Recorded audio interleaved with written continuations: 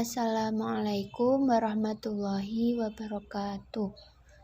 Baik, pada kesempatan kali ini kita akan belajar bersama yaitu subbab GLBB, yaitu gerak jatuh bebas, gerak vertikal ke atas, gerak vertikal ke bawah. Mana tujuan pembelajarannya yaitu siswa mampu menganalisis gerak jatuh bebas, gerak vertikal ke atas, dan vertikal ke bawah. Kedua, siswa mampu menganalisis gerak jatuh bebas dan gerak vertikal pada kehidupan sehari-hari. Yang ketiga, siswa mampu membuktikan gerak jatuh bebas dan gerak vertikal pada latihan soal. Selanjutnya yaitu gerak jatuh bebas,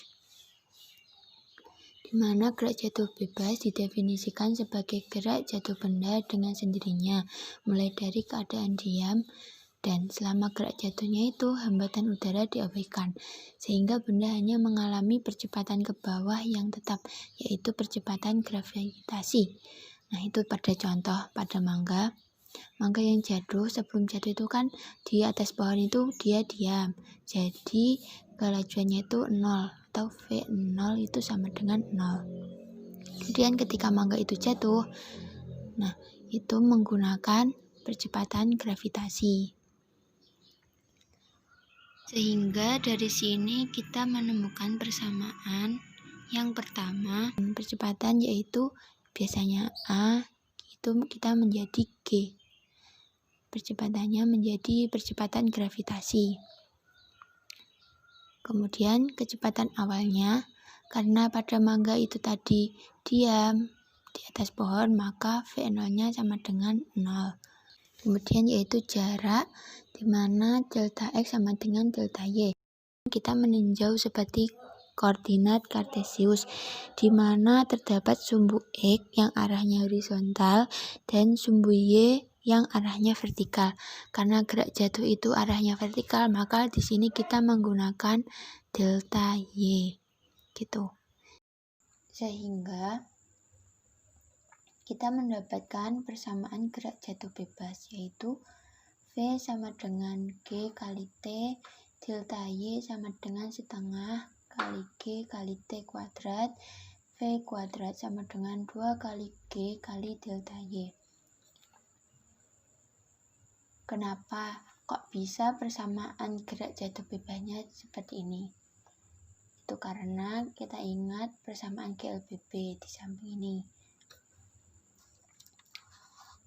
Di sini dari VT atau kelajuan pada waktu tertentu ini, kenapa menjadi GT ini? Itu karena nih, kita mendapat persamaan ini dari GLBB, yaitu V0 plus A kali T.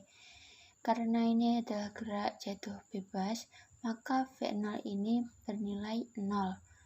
Kemudian di sini ditambah G kali T. Tadi kan percepatannya kita samakan dengan, kita ubah dengan sini percepatan gravitasi, sehingga kelajuan saat diskon adalah V sama dengan G kali T.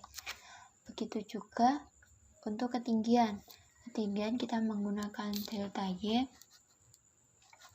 Kemudian ini sama dengan ini, kita dari GLBB juga kan, V0-nya 0, sehingga tinggal setengah kali G kali T kuadrat. Jadi selanjutnya kita perhatikan pohon kelapa di samping ini. Di sini, nah itu ada buah jatuh kan. Coba kita ulangi. Nah, ada buah jatuh. Di sini jelas sekali bahwa dari buah kelapa di atas ini dia adalah keadaannya diam, sehingga V0-nya sama dengan 0. Kemudian setelah kelapa itu jatuh ke tanah, dia memiliki ketinggian tinggi dari pohon kelapa itu sendiri, yaitu delta Y. Kemudian karena ini adalah gerak jatuh, maka di sini percepatannya memakai percepatan gravitasi, di mana besarnya ini yaitu 9,80 atau 10 meter per sekon. percepatan gravitasi ini, kita dapat menggunakan yang 9,8 ini atau pakai yang 10. Apabila dalam suatu pertanyaan atau soal itu sudah diketahui misalnya G-nya itu pakai yang ini, maka kita dapat menggunakan yang 9,80 ini, atau bisa juga menggunakan yang 10 ini. Nah, apabila pada suatu soal belum diketahui berapa percepatan gravitasinya, maka kita menggunakan yang 10 saja. Hal ini dimaksudkan untuk mempermudah dalam perhitungan. Nah, selanjutnya ada contoh soal. Sebuah bola Anda lepaskan dari atap sebuah gedung. Saat bola Anda lepas, teman Anda di atas tanah menjalankan stopwatch-nya dan memberhentikannya saat bola tepat menyentuh tanah. Hasil stopwatch-nya yaitu waktunya 3 sekon. Lalu pertanyaannya, berapakah kelajuan bola saat menyentuh tanah? Yang kedua, berapakah ketinggian gedung itu? Nah, jadi pada yang poin A ini, berapa kelajuan, jadi yang ditanyakan adalah V. Sedangkan yang B ini adalah delta Y, betul. Jadi dijawab, kita tulis diketahuinya dulu ya biar mudah. Ini di sini ada T ya 3 sekon. Karena ini gerak jatuh bebas sehingga V 0-nya itu sama dengan 0, dan G atau percepatan gravitasinya karena belum diketahui kita gunakan 10. Kemudian ini ditanya V dan juga Y. Jawab, ingat ya persamaan gerak jatuh bebasnya. Tuh. Nah, karena V kita menggunakan yang ini. V sama dengan G kali T. Nah, itu hasilnya kita masukkan. G-nya 10, T-nya 3, nya 30. Jadi kelajuannya itu 30 meter per sekon.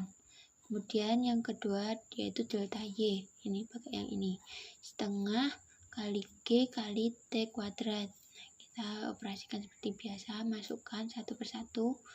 Nah, ini setengah dari 90 yaitu 45 meter. Jadi ketinggian gedung ini yaitu ada 45 meter. Selanjutnya ada latihan soal. Nah, ini tolong anak-anak kerjakan pada buku tulis sendiri-sendiri ya, kerjakan dengan jujur. Semoga mendapat kemudahan dalam mengerjakan.